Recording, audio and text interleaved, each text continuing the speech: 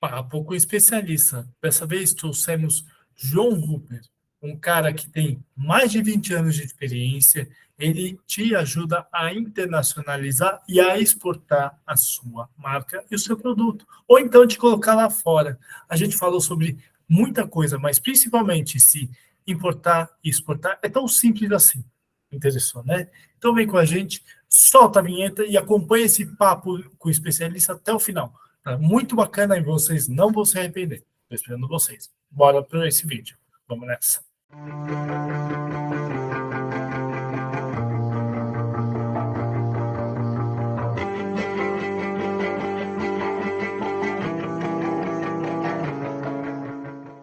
Marinheiros de primeira, viagem de comércio exterior, importadores e exportadores.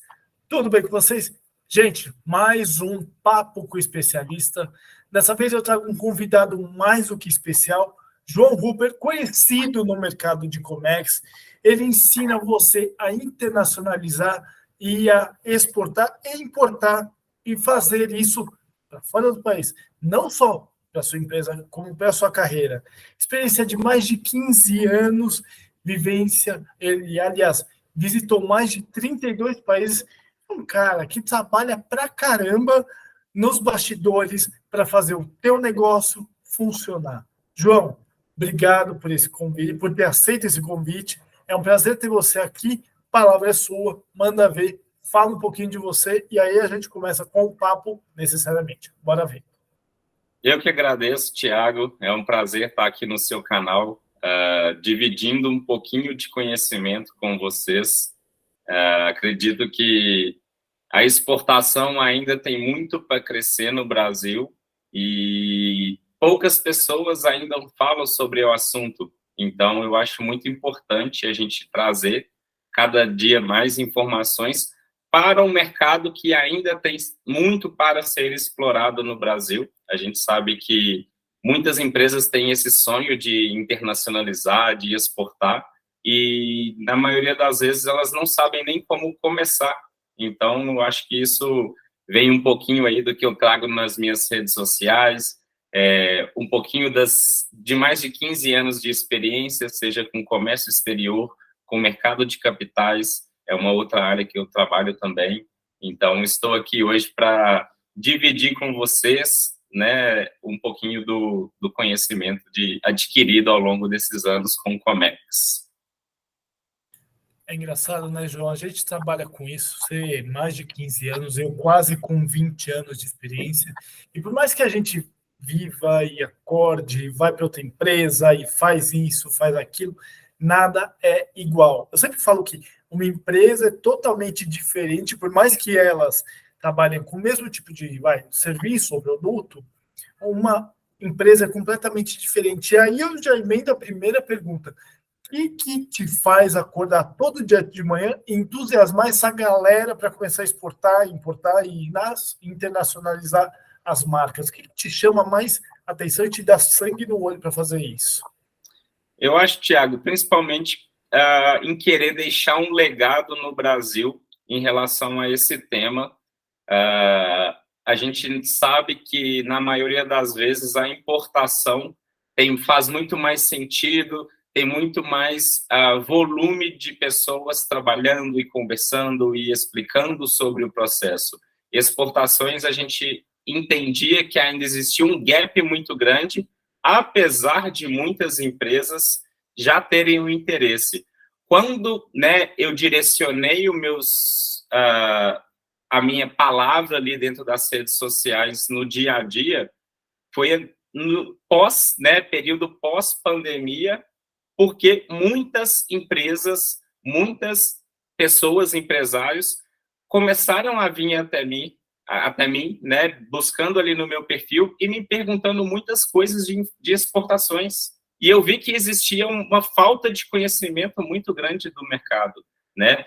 E, assim, outro ponto que me chama a atenção, né, o sangue no olho, é pelo desafio, cara. Exportação, né, não é tão simples como parece, não roda tão rápido como um processo de importação, que exige planejamento, cotações, bateu na planilha, é isso. Exportação, existe uma criação de brand, quem que é sua marca, como ela está posicionada no mercado internacional, né? São, como se diz, cenas dos próximos capítulos aí que a gente vai conversar um pouquinho, mas seriam principalmente esses dois pontos: deixar um legado muito forte no Brasil e o desafio que é um processo de exportação.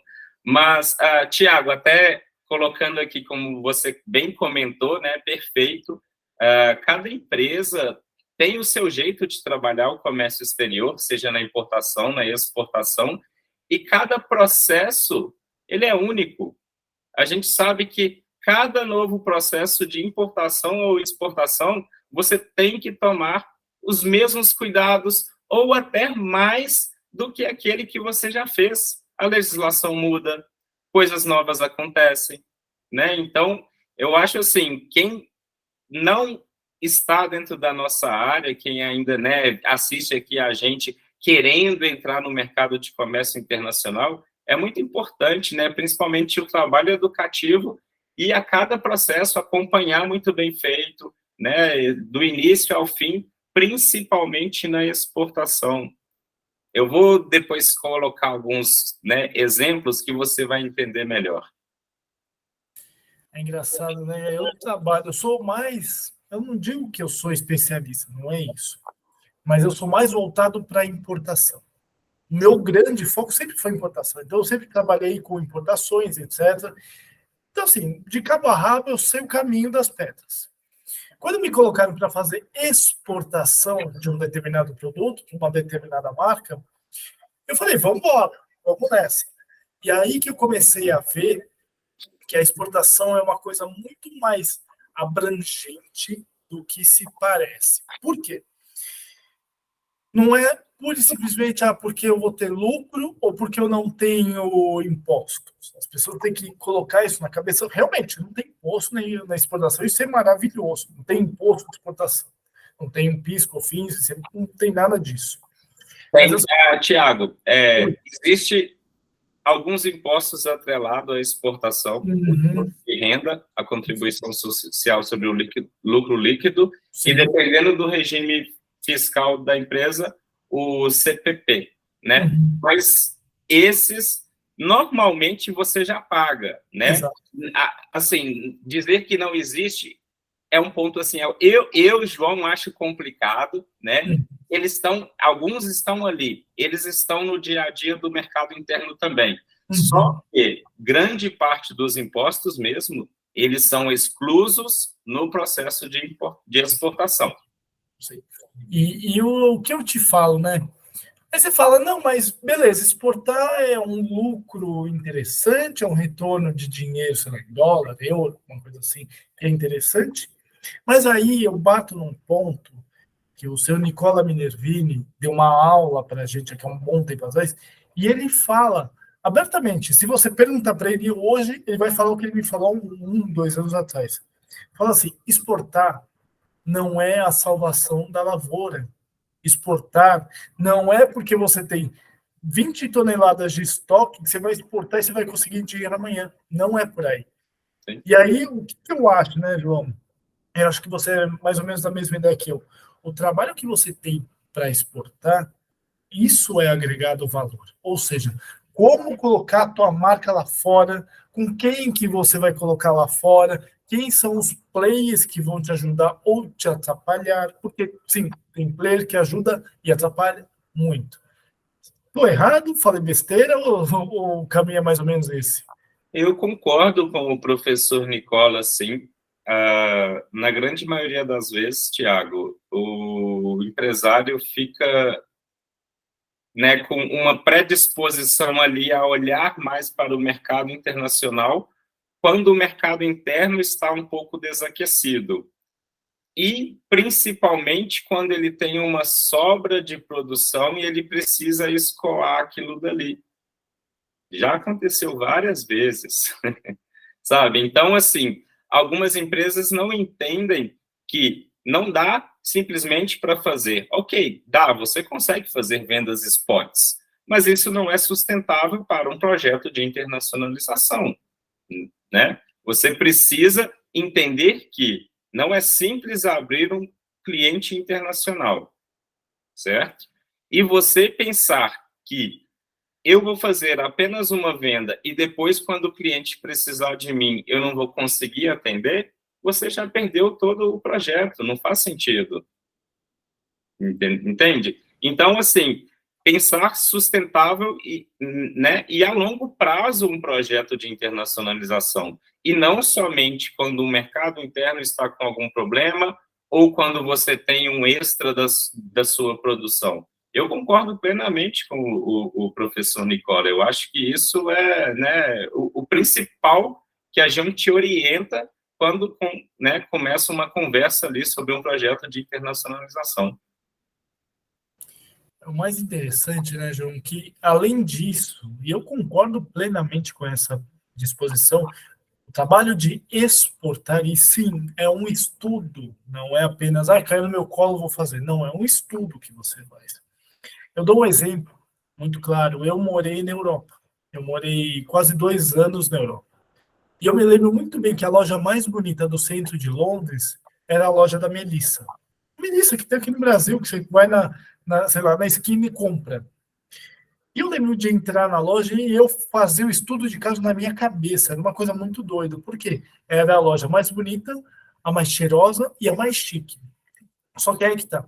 A Melissa, em Londres, custa, sei lá, 80, 90 libras. Enquanto aqui no Brasil é 120 reais. Você fala, nossa, mas os caras estouraram de vender. Puta, tem uma loja no centro de Londres, não sei o que. Então, gente, o tempo que a Melissa não levou para fazer estudo atrás de estudo atrás de estudo, não direcionou o mercado interno deles para atender lá fora. Quantas pessoas eles não quebraram a cabeça, quantos players eles não jogaram e falaram assim, agora vai, e não dava certo. Então, tem uma série de estudos, uma série de coisas, e até posicionamento de marca. E uma coisa que eu acho muito interessante, João, e você bate muito nessa tecla também, é em relação a valores. Você como um broker, você como um player, você... Gente, você está trabalhando para a pessoa.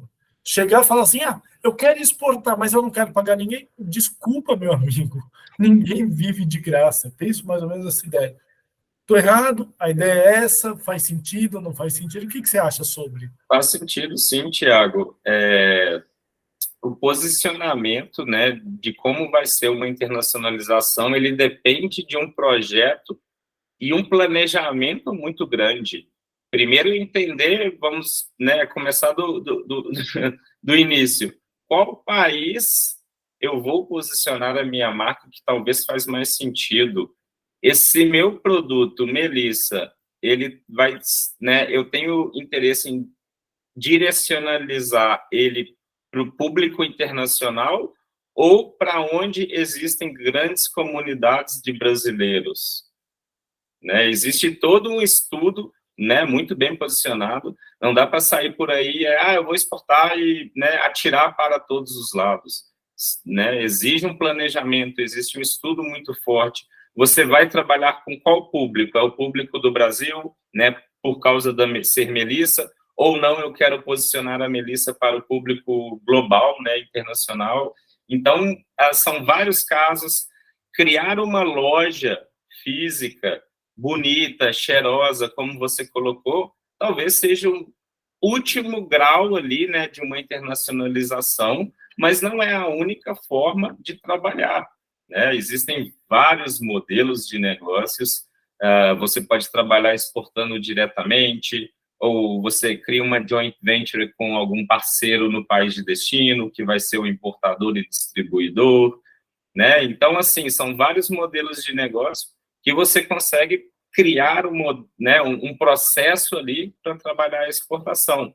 Mas, obviamente, como você bem colocou, existe um investimento, sim, a ser feito, né? Nenhum relógio trabalha de graça. Então, assim, se você quer que alguém dentro de casa, né, da sua empresa, da sua equipe, pelo menos eduque ele como fazer um trabalho direcionado para o mercado internacional.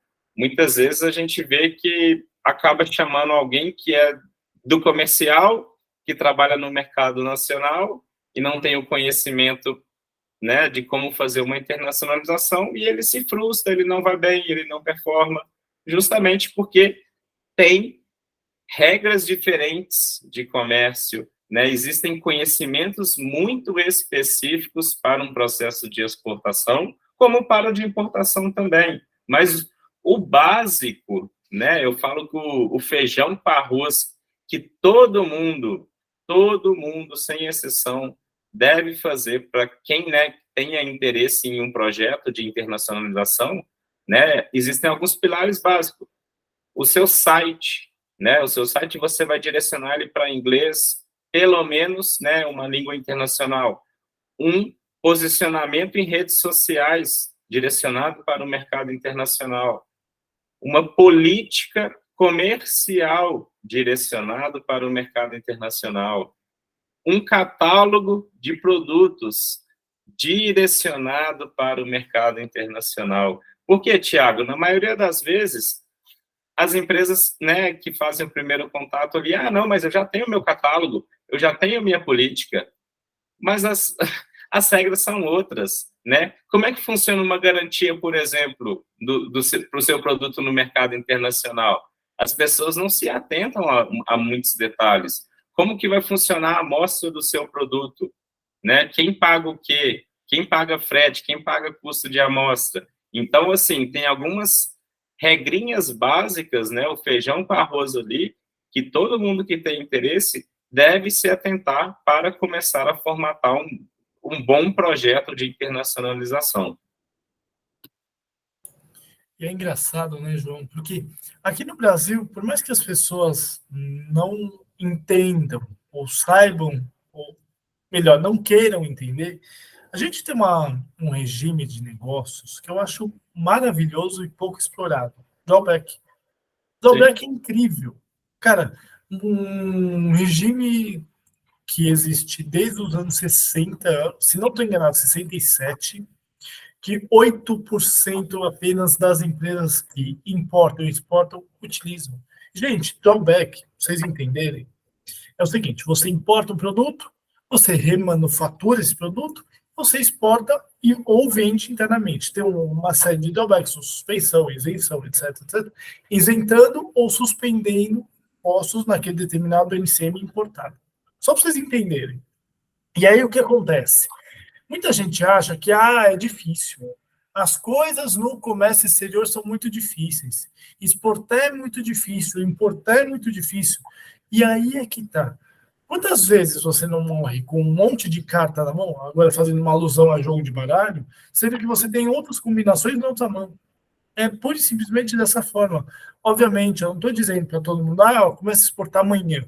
Abre o seu radar e exporte amanhã. Não, não é isso.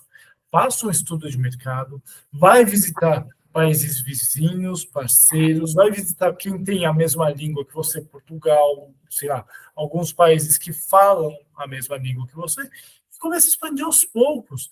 Plano de expansão e de exportação é aos poucos, senão se você dá um tiro no pé, você se queima para o mercado inteiro. Eu sempre ouvi esse tipo de situação. Eu acho que é mais ou menos isso. Sim.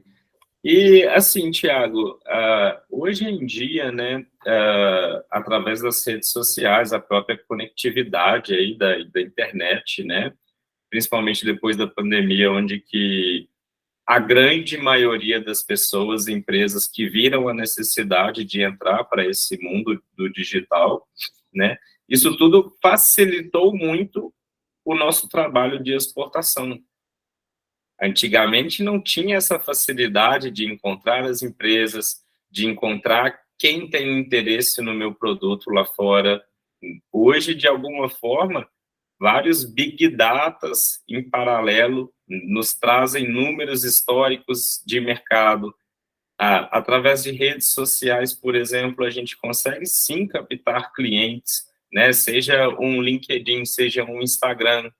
Não sei o conhecimento, né, do público aqui, mas hoje temos a questão de anúncios online, que talvez seja uma das melhores invenções aí, custo-benefício para a gente que trabalha com exportação.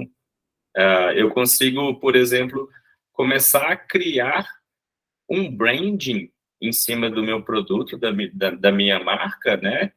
através de anúncios online direcionado para o país de destino que eu tenho interesse, para o perfil de pessoas que têm interesse no meu produto, têm interesse em produtos do Brasil, têm interesse em importação, são pequenas, médias ou grandes empresas, do jeito que a gente direciona ali o comportamento e interesses.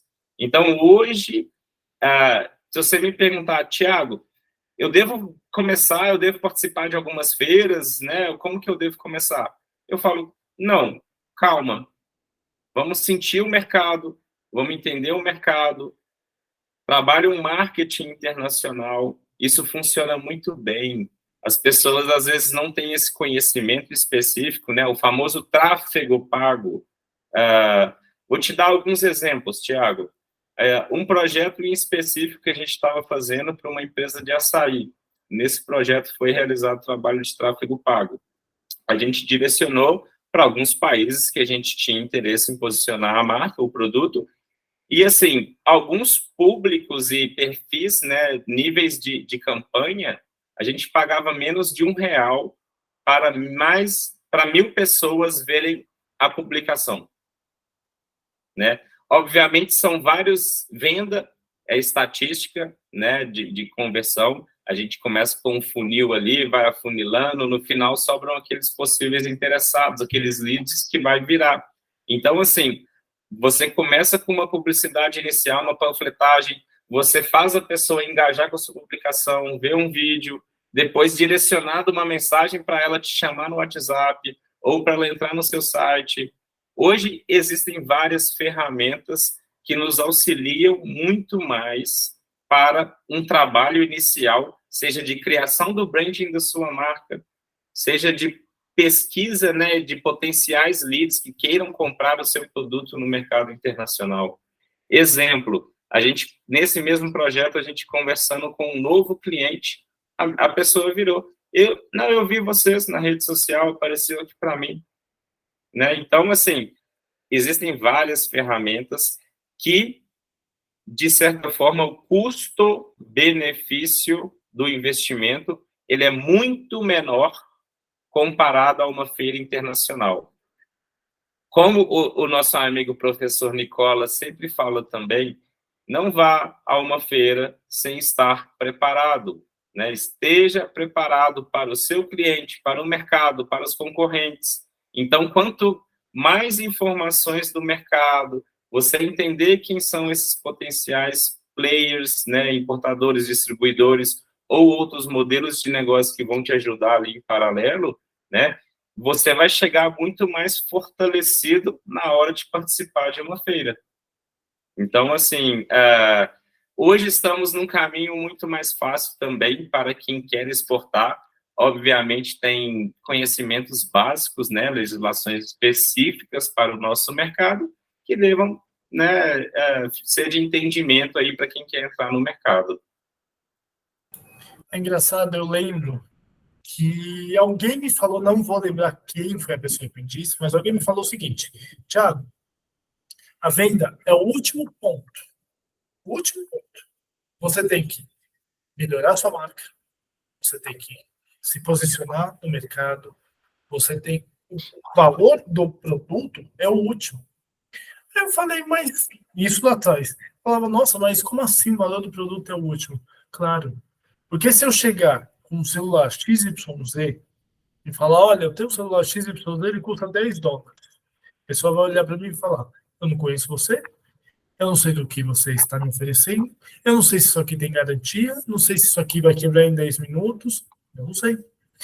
Se eu posiciono a marca e falo, olha, a marca está aqui, a gente é isso, aqui está o produto, a venda final, ela é muito mais garantida. Eu não estou dizendo que ela é 100% certeira, mas ela é muito mais garantida do que o início, do que você oferecer o produto antes da sua marca. E até existe um trabalho forte de branding, né, de posicionamento da marca no mercado internacional. Se você não for trabalhar, sejam produtos básicos, vamos falar, grandes marcas de cosméticos aqui no Brasil, alimentos, né, favoritos do público brasileiro, alguns vestuários, né, biquíni, para comunidades de brasileiros que moram em outros países, né, porque esse mercado, a gente brinca que é o mercado da saudade, é um mercado muito forte, entendeu? Para as exportações. Se você não vai trabalhar para esse mercado, você sim tem que criar, né, um bom posicionamento, um branding ali para o seu negócio. E é aí que está, Thiago, o pulo do gato e a magia das exportações. Você pode ter uma marca aqui no mercado interno, por exemplo, posicionada para um público B, por exemplo. E quando você vai exportar, dependendo do país, né, dependendo da qualidade do seu produto, alguns ajustes finais, não onerando muito o preço, você consegue posicionar ela para um público A. E ter uma margem muito maior, trabalhar como se fosse um produto premium do Brasil. Entendeu? Então, é aí que está a magia, um pulo do gato das exportações. E, além disso, alguns países, a gente sabe que tem um custo, um custo país ali muito maior também, seja, por exemplo, Emirados Árabes Unidos, né, Dubai ali, Abu Dhabi região, seja Japão. Os produtos normalmente são mais caros mesmo. Então, temos uma margem muito legal, né? E por isso eu sempre digo, façam tabelas de preços diferentes para países distintos. Isso é muito importante, né? Mas, assim, eu concordo aí com tudo que você vem posicionando e comentando. A cabeça do exportador precisa se atentar para alguns pontos, né, em específico. Quando eu comecei com o canal, há 3 anos e alguma coisa atrás, eu dou esse exemplo mais ou menos para, hoje em dia, colher os frutos. Quando eu comecei com o canal, os primeiros vídeos, etc., foi um estouro. As pessoas vieram atrás, olha, que legal, que bacana.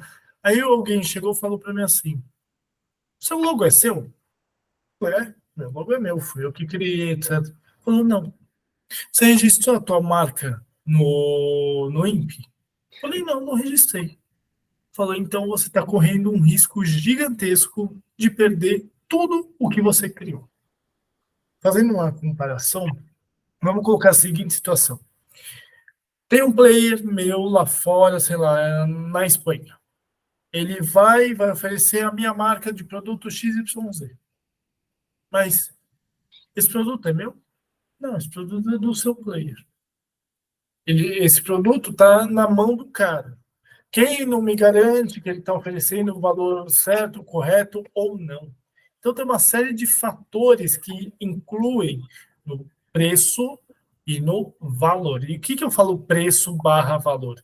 Preço é quanto o teu cliente vai ter que pagar.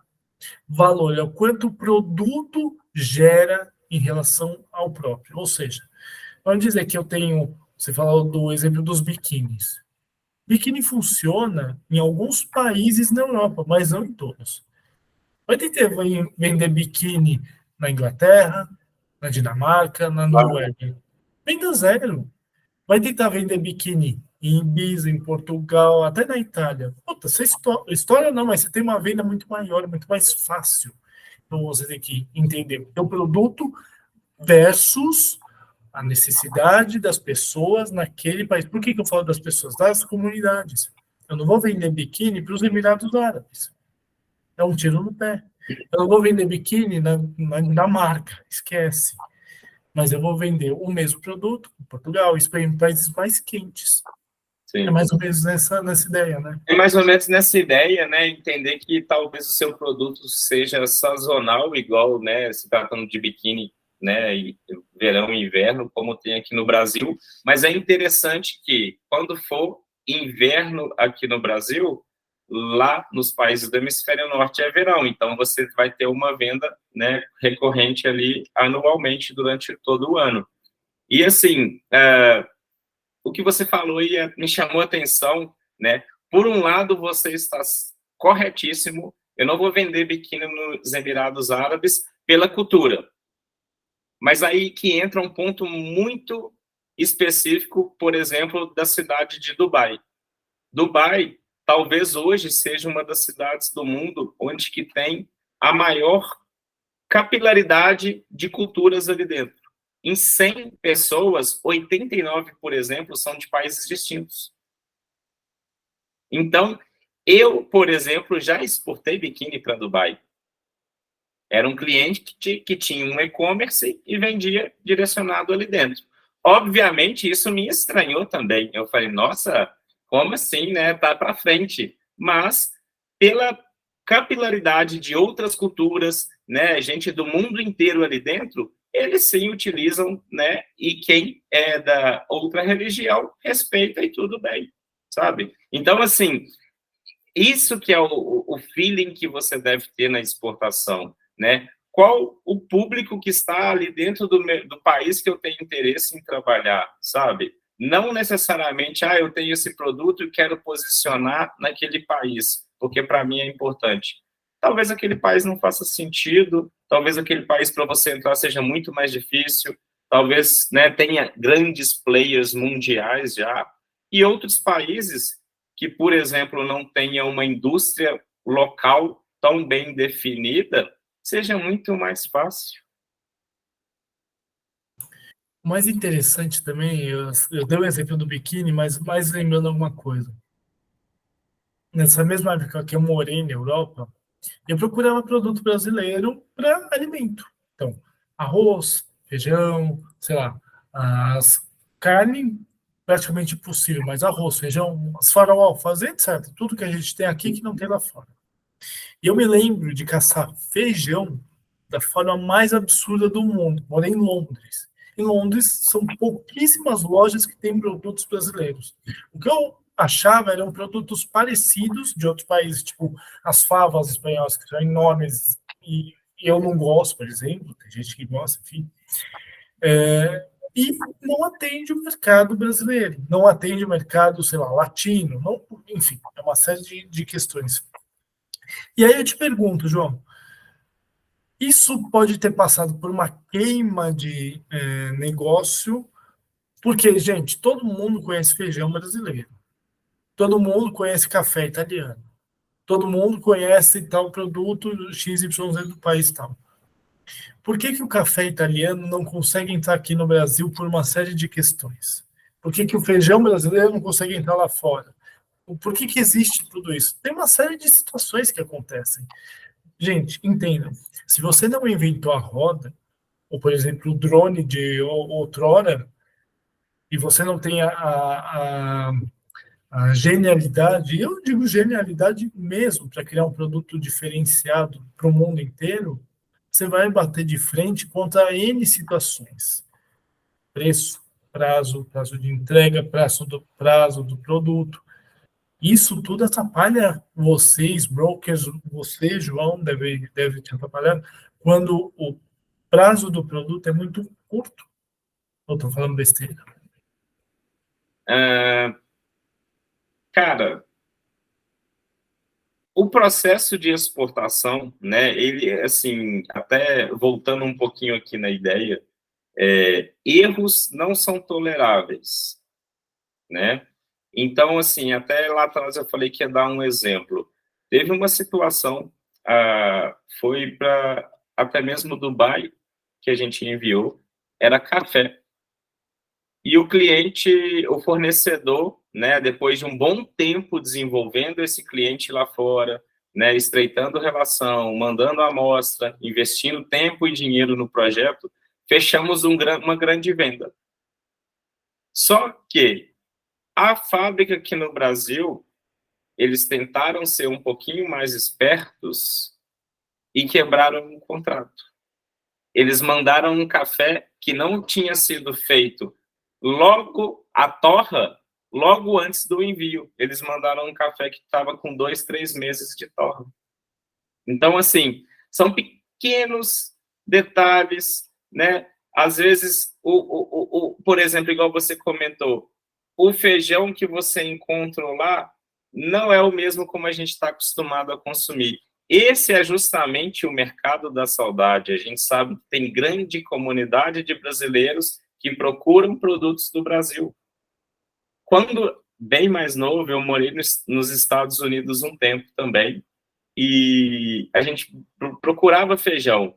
Igual do Brasil, a gente não achava, mas achava um mexicano que vinha numa latinha e era mais ou menos igual, né? Hoje em dia, já existem alguns empórios que sim têm feijões do Brasil vendendo localmente nos Estados Unidos, por exemplo. Então, ver as oportunidades, ver as necessidades, né, para fazer esses novos negócios. O broker ali, Thiago, eu falo assim, né, eu nunca gostei muito de trabalhar como broker, né? Algumas situações específicas, sejam em casos spots ali, oportunidades que caem na nossa mão, a gente faz. Mas atuar como broker, eu não acho que é muito sustentável. Eu acho que você fica muito rendido e preso na mão do fornecedor, né? E a gente sabe que muitas vezes aconteceu de atravessar cliente ou fornecedor, entram em contato ali e acabam tirando um broker, sabe? Ah, vocês me dão um desconto? Dou sim. Corta o broker, a gente já está estreitado mesmo, bora fazer negócio, sabe? Então, eu vejo que fica muito preso, obviamente, né, tem contratos e tudo, mas é complicado, cara. Eu vejo o broker ali um pouco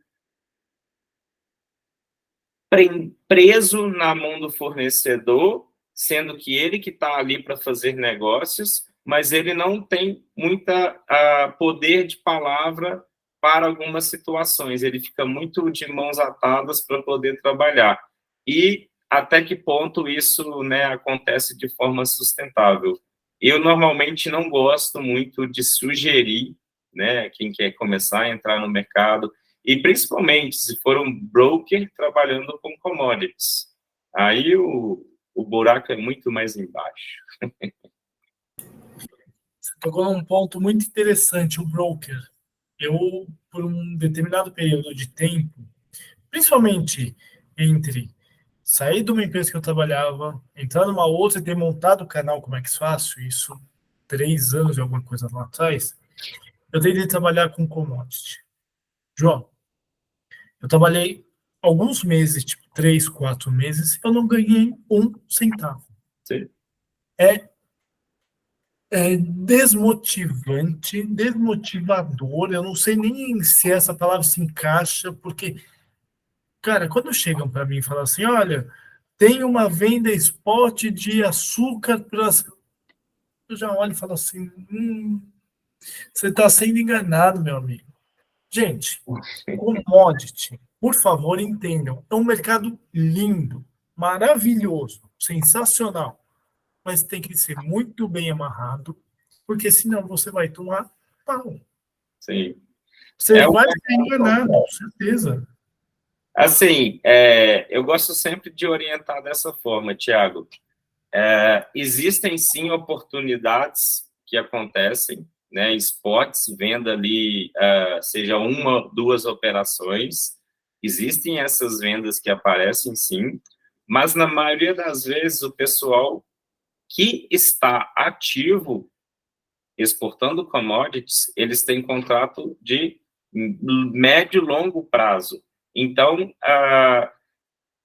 as big tradings globais que já estão no mercado, eles já têm todos os fornecedores, tudo muito bem amarrado.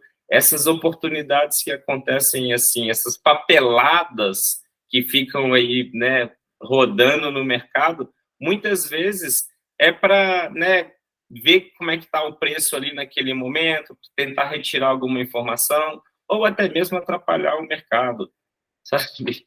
Eu já vi tanta coisa, Thiago, que eu também, hoje eu não dedico nem um minuto em cima de algumas operações. Eu tenho alguns bons parceiros que têm bons fornecedores, e quando alguém, né, que eu julgo interessante, né, conectar, eu faço a conexão. Mas eu, João, também já me desgastei muito nesse mercado. Mas faz parte, né? É bom para a gente aprender e ver realmente que o comércio exterior principalmente a parte de commodities, não é esse mundo aí de papelada que fica passando aí nesses grupos de WhatsApp. Na verdade, né, João? Se fosse um mundo perfeito, todo mundo seria milionário. Você fica rico e pobre em 2 minutos. Sim. Nossa, vou ficar rico, vou vender 12.500 toneladas para, sei lá, para os Emirados Árabes, maravilhoso. Você recebe LOI, você recebe contrato, você recebe até como que fala? Eu esqueci o nome, a garantia de bancária, você recebe tudo. O dia que eu recebi uma garantia bancária falsificada, que o banco falou isso aqui não existe, eu falei, desencana, segue procurando emprego, segue. Porque é um mundo lindo, você ficar rico e pobre em 2 minutos, é impressionante. E aí o que eu falo, gente, se você quer se posicionar fora do mercado, procure players que sejam honestos, sinceros e reais com você. Não procure o cara que vai falar, olha, você vai ter uma venda garantida daqui 6 meses, 8 meses. Não é assim, não é um deu certo. Não, você tem um trabalho a ser feito com o mercado local, você tem um trabalho de logística a ser feito, você tem um trabalho em cima do seu produto. Não é porque você é genial aqui dentro que você vai ser genial lá fora. Muito bem. Você tem que ser genial dentro. E aí eu já vou para até uma pergunta super interessante, João. O que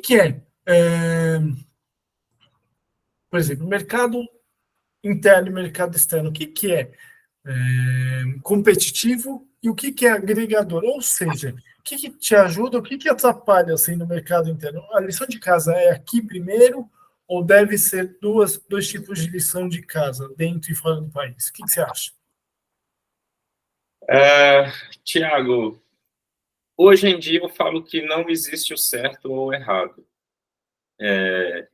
Eu já vi empresas muito bem posicionadas no Brasil que, quando foram pelas próprias pernas para o mercado internacional, não saiu do lugar. Então, eu já vi empresas também que já cresceram, já nasceram visando o mercado internacional, que nem tinha uma operação no Brasil, e deu muito certo, sabe? Então, assim, hoje eu não acho que tem certo ou errado, existem caminhos diferentes, existem estratégias diferentes. Uma empresa bem posicionada no mercado internacional fortalece o mercado nacional. A gente sabe que o brasileiro gosta de produto tipo exportação, né? Então, assim, existem todas essas questões também. Mas não existe certo ou errado, como eu começo, se eu já tenho que vender aqui, ou penso já em criar uma empresa direcionada para o mercado internacional, como eu já trabalhei com algumas, eram na área de alimentos e deu muito certo. O pessoal tinha um produto muito bem formatado, embalagens muito bem preparadas para o mercado internacional. Então, assim, foi muito sucesso e não tem certo nem errado, cara. Vai muito do momento, de qual é a mente, né, qual é a cabeça de internacionalização do empresário ali que está por trás do projeto. É engraçado, voltando a um passo anterior, quando eu fui para a Europa, eu morei na Itália e depois eu morei na Inglaterra. Na Itália, eu tomava um café que eles chamam de ginseng, que é com uma série de. É tudo menos café. Ele junta algumas folhas, algumas coisas. Especiarias? Especiarias, tem um pouco de. Como é que fala? De gengibre, é super gostoso. Falei, nossa, que genial. E ela em cápsula, que a gente tem nas nossas, né, expressos da vida. Nossa, cápsula, beleza. Por que que isso não entra no Brasil? Fazendo o caminho inverso. Aí tá bom, passou o tempo, voltei para o Brasil, etc e tal, comecei a morar aqui, voltei, ok. Fui atrás. Sabe o que acontece? O ginseng aqui, não é que ele é proibido, ele é permitido num valor muito baixo, um valor não, mas uma quantidade muito baixa. Ou seja, ele não estabelece a quantidade necessária para trazer aquele produto de fora. Você mata o produto. Sim. E aqui tem o contrário também. O produto brasileiro, ele morre lá fora porque tem uma série de situações. A gente vê por aí os bloqueios frente a, sei lá, carne bovina, quando tem uma febre aviária, sei lá, uma gripe, a gripe da vaca doida. Tem uma série de situações. Então, não é apenas um produto pelo produto. É um produto frente ao mercado que você quer mandar para fora. Se ele é aceito ou não. Estou errado? Perfeito, Tiago. E assim, eu vou dar um último exemplo aqui para o pessoal entender, que ele é bem interessante, como você comentou do café. O mesmo café, como a gente toma aqui no Brasil, ele é muito específico aqui da região da sul-americana. Normalmente, esse público aqui consome mais ou menos nesse formato. Né? São doses menores, ou expresso, né? A gente não toma, por exemplo, aquele 1 litro de café que é igual ao mercado americano. Obviamente, é um café bem mais ralo, né? O famoso chafé, né? É um café bem ralinho e tudo, mas as pessoas tomam pelo menos ali de 500 ml a 1 litro. Então, são padrões diferentes de consumo. Aí você vai para a Inglaterra, que já tem um bem específico. Você vai para a Europa, que também, né, o espresso, o café italiano, né, não tem nem o que falar, muito específico.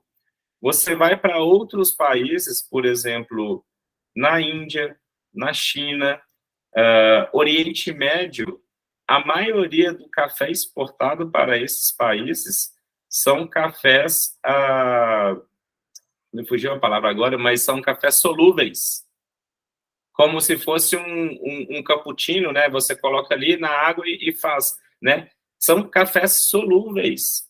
Então, é um público e é um produto totalmente diferente do café que a gente está acostumado a utilizar aqui. Se você for ver, tem poucos anos que começou a ter café solúvel nas prateleiras nos supermercados. Antigamente não tinha. Toda a produção era destinada para exportação. Hoje, o excedente do mercado vai para a gôndola das prateleiras. Aí é que tá. Fica muito interessante. Você deu o exemplo do café, eu achei espetacular isso. Eu vi um vídeo outro dia, zapeando no Instagram, o cara falava: olha, o brasileiro não consome café, ele consome, sei lá, raspas de não sei o quê.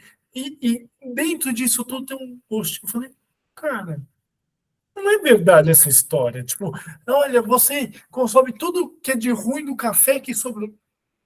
Não é Não, verdade. não, É, não é verdade. O público brasileiro ele é, né, muito, como se diz, o mercado e o público brasileiro para o café ele é muito grande. Hoje, as pessoas já têm um conhecimento muito mais forte de um café especial, já busca produtos, né, vamos falar, falando de café, pelo menos ali 82, 84 pontos que começa a ser considerado um café especial. Você vê que cada vez mais as marcas de café trouxe a linha de cafés especiais, porque o público foi mudando também. O café extra forte, depois você pesquisa, eu te conto nos bastidores, ele é literalmente o pior de todos os cafés. Todas as propriedades ali do café, todos os óleos essenciais, ele já foi torrado, né? E é o que tem menor quantidade de cafeína também. Né? O mundo do café é muito grande, a gente sabe que existem várias situações, mas assim, o extra forte seria o pior, e hoje a gente sabe que o público brasileiro já viu, né, e conhece também, quer um produto de qualidade para ser, né, tomado aí no dia a dia mesmo. Então, você viu que as marcas já trouxeram esse outro posicionamento também. a gente se adapta de uma forma tão incrível, e eu falo sempre isso. Não é o que sobra que é ruim. Não, não é isso. É que, na verdade, os nossos produtos são bons o suficiente lá fora E a nossa qualidade tem aumentado também. Por isso que o valor agregado é tão alto aqui. Sim. Estou errado? Não, é isso mesmo, né? O produto brasileiro, principalmente se falando ali de frutas, commodities, ele tem uma qualidade superior a muitos países. Então, sim, ele é bem visto, né? Ele é bem quisto no mercado internacional. João, vamos lá. Dá uma dica para esse povo que está vendo o vídeo agora, que quer começar, morre de medo. Eu falo que não consegue por nada quebrar a casca do ovo por dentro. Dá uma dica para esse pessoal, pelo menos clarificar e falar assim: não, estou indo no caminho certo. O que você fala para eles? Tiago, eu acho que principalmente ter um interesse, né, pela internacionalização e buscar conhecimento. Como eu disse lá atrás, nosso mercado tem regras e legislações específicas. Quando você vai para o mercado internacional, você tem que fazer, como eu disse, pelo menos o feijão com arroz. O principal para que você consiga posicionar e já chegar mais preparado. Então, assim, principalmente se eduque, e se você tem um projeto, se você tem um sonho de colocar o seu produto, a sua marca lá fora, faça o feijão com arroz, o básico, como eu disse lá atrás, né? Então, assim, vai ser um desafio, vai ser um projeto de médio a longo prazo. Não adianta criar falsas expectativas que você começou hoje, semana que vem, mês que vem você está exportando, mas entender também que quando você cria bons laços, bons mercados, né, bons países, bons parceiros, parte do seu faturamento ele vai dedicado para o mercado internacional. E talvez você tenha uma margem muito melhor do que no mercado interno. E uma vez que o seu produto foi bem posicionado no mercado internacional, ele está fortalecido no mercado interno, né? Como se diz, não é um pensamento único, Thiago. Você vê que, né, tem tantas outras coisas a se pensar, mas começa com educativo, né? Entenda pelo menos como se funciona uma legislação aduaneira e o que é uma internacionalização de empresas. João, obrigado, cara. Obrigado mesmo por essa. Desculpa, Thiago. Por último, o mais importante, networking.